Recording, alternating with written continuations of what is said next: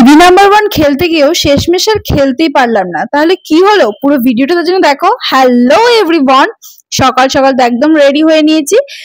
Actually অনেক দিনের ইচ্ছে ছিল যে খেলতে যাব। দেখতেই পাচ্ছ লাগেজ গোছানো হয়ে গেছিল, আমাকে বলেছিল শাড়ি এবং যা আমি আর কি পরবো সেটা ক্যারি করে নিয়ে যেতে, বা জুয়েলারি, তার সাথে মেকআপ আর হেয়ারটা ওরাই করে দেবে, ওরা চুজ করে দেবে যে আমি কি পরবো। সেই মতো একদম রেডি হয়ে গেছি সকাল সকাল। খুবই খুবই খুবই এক্সাইটেড আজকে যাওয়ার জন্য। গাড়িতে উঠে পড়েছি আর যাচ্ছিলাম ভাই, ছোট কাকার অনুকে নিয়ে আসতে, কারণ বলেছিল বাড়ি থেকে 5 জন মতো গার্জেন নিতে। আর হঠাৎ করেই সবকিছু ঠিক হয়, কাউকে সেরকম বলতেও পারেনি, কাউকে সেরকম ভাবে জানানোও হয়নি। সেক্ষেত্রে আমি, বুবুন, ছোট কাকা, ভাই আর অনু, এই কজনে মিলেই গেছিলাম। আর ফাইনালি ওরাও কিন্তু উঠে পড়েছে, সবাই খুব এক্সাইটেড আমার সাথে সাথে। মানে আমি তো ভীষণ এক্সাইটেড, মানে অডিশন না দিয়ে এরকম ভাবে যে আমাকে ডাকবে জি বাংলা থেকে দিদি নাম্বার ওয়ান খেলতে, সেটা আমি সত্যি কখনো ভাবতেও পারিনি।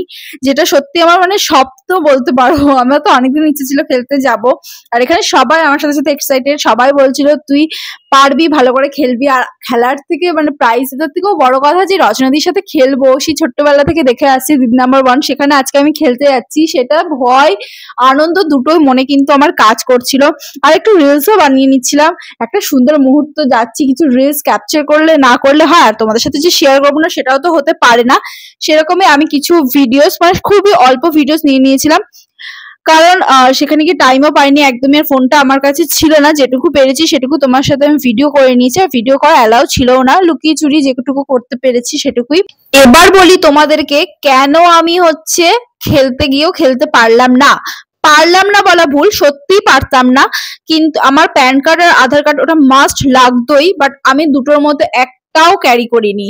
কি আর করা যাবে। তারপরে তো সেই বিশাল বড় কাহিনী, সেটা পরে বলছি। তো চলো, সকাল সকাল যেহেতু বেরিয়েছি, খিদে তো ভীষণ পেয়েছে। তার আগে আমরা গাড়িতে পেট্রোল ভরে নিচ্ছিলাম, যেহেতু অনেকটা দূর এখনো রাস্তা রয়েছে।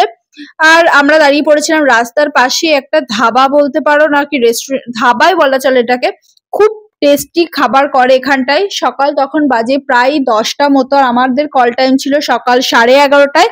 আর এখানে আমি খেতে বসে পড়েছি, আর বাদবাকি সবাই খেয়ে এসেছিল। আমি তো একদমই খেয়ে বেরোতে পারিনি, ঘুম থেকে উঠে পুজো দিয়ে স্নান করে চলে এসেছি। আর এখানকার স্পেশাল একটা খাবার ডালপুরি, সাথে ঘুগনি, আর সাথেই পায়েসটা জাস্ট অসম ছিল। মানে যারা পায়েস ভালোবাসে এখান থেকে কিন্তু খেতে পারো। আর দেখতে দেখতে 11:30 প্রায় বাজে, আমি কিন্তু পৌঁছে গেছি। এখানে দেখতে পাচ্ছ যতজন বসে আছে সবাই কিন্তু দিদি নাম্বার ওয়ানই খেলতে এসেছিল, কেউ আমার আগে কেউ আমার পরে, সবাই কিন্তু এসেছিল খেলতে। আর আমার তো খুবই এক্সাইটেড লাগছিল। অ্যাকচুয়ালি আমি তখনো পর্যন্ত বিশ্বাস করতে পারছি না যে হ্যাঁ আমি খেলতে গেছিলাম। তারপরে আসে সেই মুহূর্ত, যেই মুহূর্তে আমার কাছে প্যান কার্ড এবং আধার কার্ড চাওয়া হয়, বাট আমার কাছে তো দুটোর মধ্যে একটাও ছিল না। সেই কারণে আমি ভীষণ টেনশনে পড়ে গেছিলাম। ভাবছিলাম হ্যাঁ এত দূর এসেও খেলতে না পারলে মনটা সত্যি খুব খারাপ হয়ে যেত। তাড়াতাড়ি করে বাপিকে ফোন করা হলেও আলমারি থেকে প্যান কার্ড, আধার কার্ডের ছবি, খুব টেন্স ছিলাম। বলছিল তাড়াতাড়ি দিতে, কারণ আমি তাও জিজ্ঞাসা করেছিলাম যে আমার প্যান কার্ড ছাড়া হবে কিনা, বাট টিডিএস বলে একটা ব্যাপার থাকে, সেটার জন্য অবশ্যই আমার প্যান কার্ডই লাগবে। আধার কার্ডের ছবিটা যাও আমার ফোনে অনেক খুঁজে খুঁজে পেলাম, আর সবাই তো আমাকে বকাবকি করছে যে কেন নিয়ে আসিসনি। যাই হোক, সেটার প্রবলেম মিটলো ফাইনালি। এবং দুপুরে কিন্তু ওখানেই লাঞ্চ খেয়েছিলাম আমরা। ডিম দিয়েছিল, একটা মিক্স ভেজ দিয়েছিল, ভাজি দিয়েছিল, আর ডাল দিয়েছিল। খাওয়া দাওয়া করে আমাদেরকে সোজা মেকআপ রুমে পাঠিয়ে দিয়েছিল। ওখান থেকে আমাকে এই ড্রেসটা দিয়েছিল, বাট আমি যে ড্রেসটা নিয়ে গেছিলাম সেটার মধ্যে ওরা বললো তোকে শাড়ি পরাবো না, যেহেতু তুই বাচ্চা মেয়ে। তাই বললাম যে ঠিক আছে। তো ওখান থেকে ওরা এই জামাটা আমাকে দিয়ে চুজ করে দিয়েছিল, এবং হেয়ার এবং মেকআপ ওখান থেকে করা হয়েছিল। আর আমার সাথে পার্টিসিপেট করবে এই 4 জন। আর আমার পাশে যে ঠাম্মিটা বসে রয়েছে, খুবই ভালো। আর তোমরা হয়তো ভাবছো আমার সাথে কেন এই ঠাম্মিদের খেলা হচ্ছে। অ্যাকচুয়ালি আমাদের খেলাটা ছিল নবীন ভার্সেস প্রবীণ, মানে স্পেশাল এপিসোড ছিল।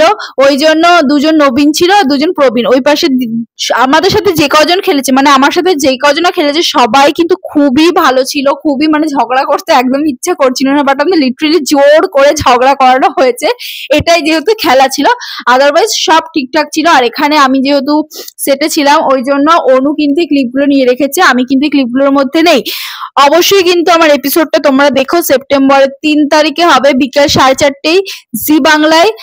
অবশ্যই দেখো। আর খেলা তো কমপ্লিট হয়ে গেছে, আমি জিতলাম না হারলাম সেটা দেখার জন্য কিন্তু অবশ্যই তোমাকে আমার এপিসোডটা দেখতে হবে জি বাংলা আর জি5 অ্যাপে।